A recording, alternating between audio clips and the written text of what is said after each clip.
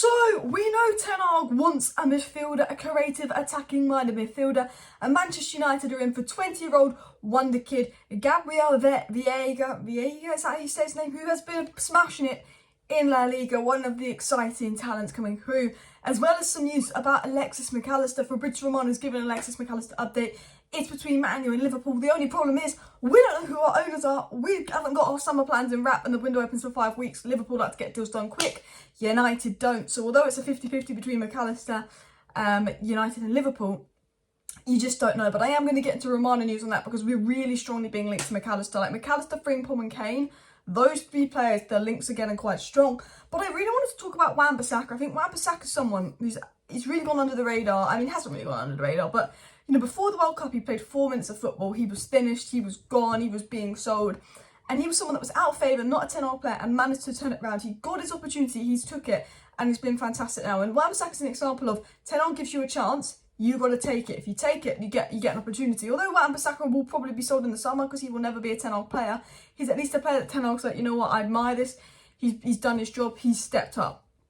I might sell him now while he's in good form. We could get 20 million for him because I need the money to invest in the players that I want, because he won't be in my 2-3 year plan, but he has stepped up. And Wan Bissaka gave an interview today, actually. It was a really, really good interview. I won't spoil it all, but I'm going to get into the key bits that Wan Bissaka said in that interview about Ten Hag, obviously, you know, not being an attacking fullback, improving under Ten Hag, like his situation, what it was like not playing many games and more, because you know, I think it's really insightful. Wan Bissaka's a player that, you know, really has, like, proved me wrong. Now, I thought he was fantastic in his first season. Then in the second season, I said, Ollie's not coaching. But then in the third season, I've had enough of Wan Bissaka. And at the beginning of this season, I thought I've had enough of him.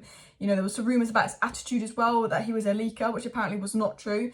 And I was worried if he had, like, an attitude problem or something, but he definitely doesn't. And he's, you know, he puts his head down, he works hard. And I have to say, Wan Bissaka's really impressed me. So, I know I've just blabbered on for 2 minutes. I'm going to get into the transfer news now. And then I'm going to get into Wan Bissaka's interview. So smash that like button, subscribe down below if you're new. Of course, Manchester United, Brighton tomorrow in the semi-final. These star tickets will sell out, unlike that plastic Manchester club, for the semi-final. What was the atmosphere?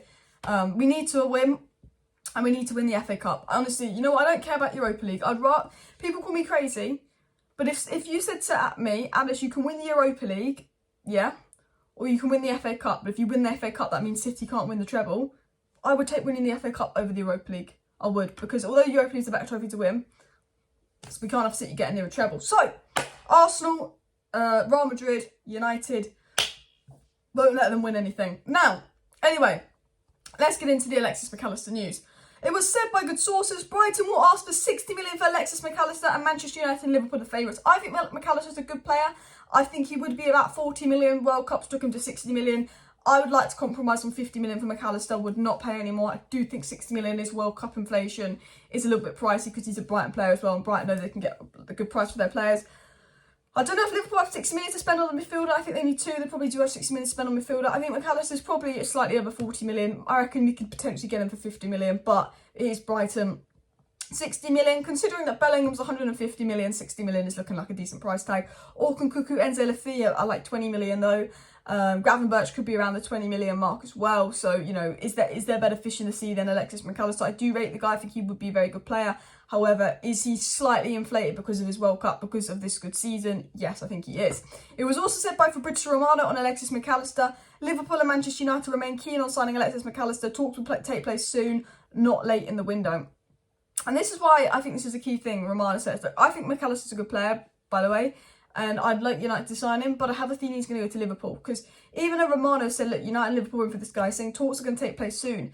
The transfer window opens in 5 weeks. Liverpool like to get business done fast. United might not even have owners in 5 weeks, which means if the talks open soon, Liverpool, I feel like, will beat United to Alexis mac-Allister. Ten Hag will want the guy, and this could be someone we lose because the Glazers take so long in this takeover because they're greedy. He goes to Liverpool. Gakpo wanted United over Liverpool. We were Gakpo's first choice, but when Gakpo found out we were going to buy him in the summer, he couldn't wait till the summer, so we went and moved to Liverpool, but he wanted United first. That could be the same with mac-Allister. Maybe he'd wait it out a couple of weeks, but I think he will want his move pretty quick.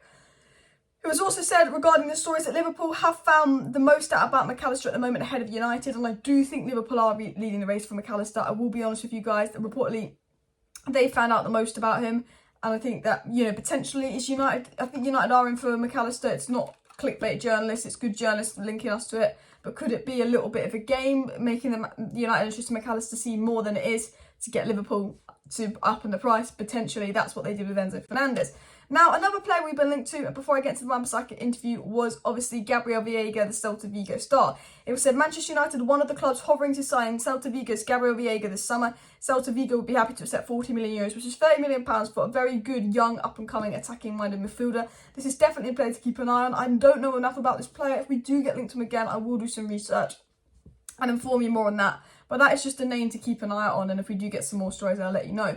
But I want to dive right into Wan Bissaka's interview. He's actually opened up like a new kind of club foundation thing as well, which is kind of where the interview started. But I kind of wanted to get into it and just talk about his form, where he's at, what he said on Ten Hag and more.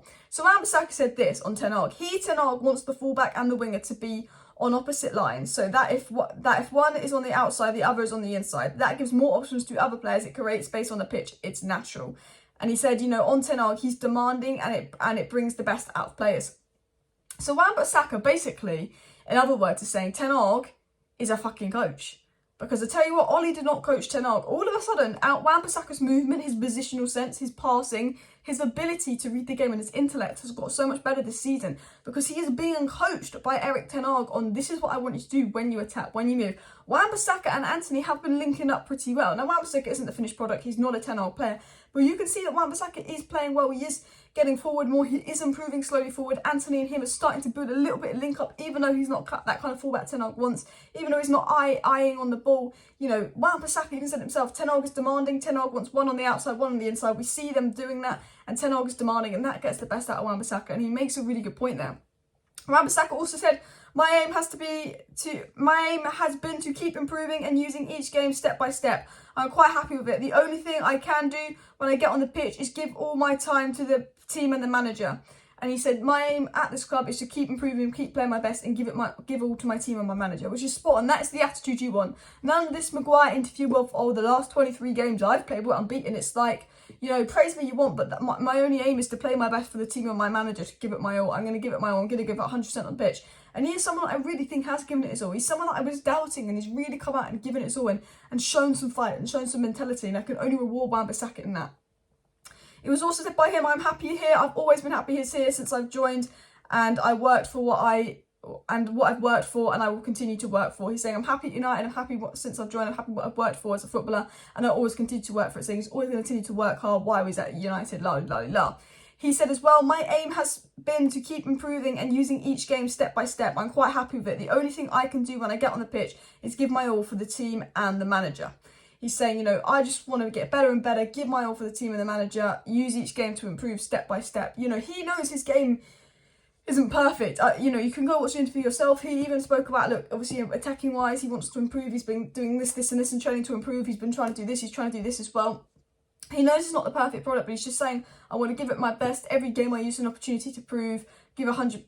I'm just going to do anything to get the opportunity to play again and prove to the manager that I deserve to play, that I want to play. Wan Bissaka also said, it has been my intention to stay, but during the period out of the team, my aim was to play. Everyone loves playing, and it makes me happy. During that time, I would have done anything to play again. So when he was asked about potentially leaving, he's saying, look, all he wanted to do was play football. That's been his intention when he was out of the team. Obviously, he'd love to play at United, but if he wasn't going to play, his intention was to play. But he loves United. He's always been happy here. He's always wanted to play, and once he gets his chance, he said he was going to take it and give 100%, and he did. People have had chances under Ten Hag and not taken it. I don't think Sancho has taken his chance, and Rashford's coming back from injury, and that disappoints me. Rashford and Garnacho injured. This was Sancho's chance. He's not done enough. Wan Bissaka took his chance. Maguire didn't take his chance. Other players haven't taken their chance. Donny, unfortunately, not that he's mad Benny, to be honest, he hasn't had a running games yet, hasn't taken his chance. But Tomine said chance is not done enough, but you are competing with Casemiro. But Wan Bissaka is that one guy that he was literally nothing. He was being sold and he took his chance. And Wan Bissaka lastly said, about his game, he was asked about his crossing, his attacking opportunities. He said this, those crossing opportunities always come up in a game, so you have to be prepared for them. You have to keep practicing them and keep training them, saying, I'm working on my attacking game. Those crossing opportunities come up, I need to improve, la-di-la-di-la. And Wan Bissaka was talking about the weaknesses of his game, like attacking-wise, how he needs to improve, how Ten Hag was coaching him, how he wants him and Antony to play, how he will give it his all on the pitch, how, when he wasn't playing, he wanted to play and he wanted to make sure he'd do anything to play. And, I was really seeing the side of Wan Bissaka because he's not a loud voice. He's not someone that's on the social media, the Instagram posting a lot. He's not a player that we really hear much about. And, and he's maybe just more, he keeps himself to himself. But I really like the mentality of showing, I'm going to work hard. I want to play football. I'm proud of myself. I need to work on this. I need to work on that. And I think he's he's really impressed me this season. I think he deserves a lot of credit for that, because I think, you know, he wasn't a Ten Hag player. His confidence could have been shattered. 4 minutes of football, had a few injuries. It felt like Ten Hag just wanted him gone, was never going to play him. Ten Hag had to play him, and he went, this is what I can do. And he was out of the squad for a while, and he proved it. And he had 2 poorest seasons under Ollie. And I always said with Wan Bissaka, I still think there's a player in there. I think it was lack of coaching, and I think that was evident under Ollie. And whether he'll be a Ten Hag player or not, I don't think he will be. And I think in the long term he'll be gone. He has really impressed me. So anyway, let me know your thoughts on today's video, the Wan Bissaka interview, the news and more. Smash a like, smash a subscribe. We'll be back tomorrow for the FA Cup semi-final. See you then.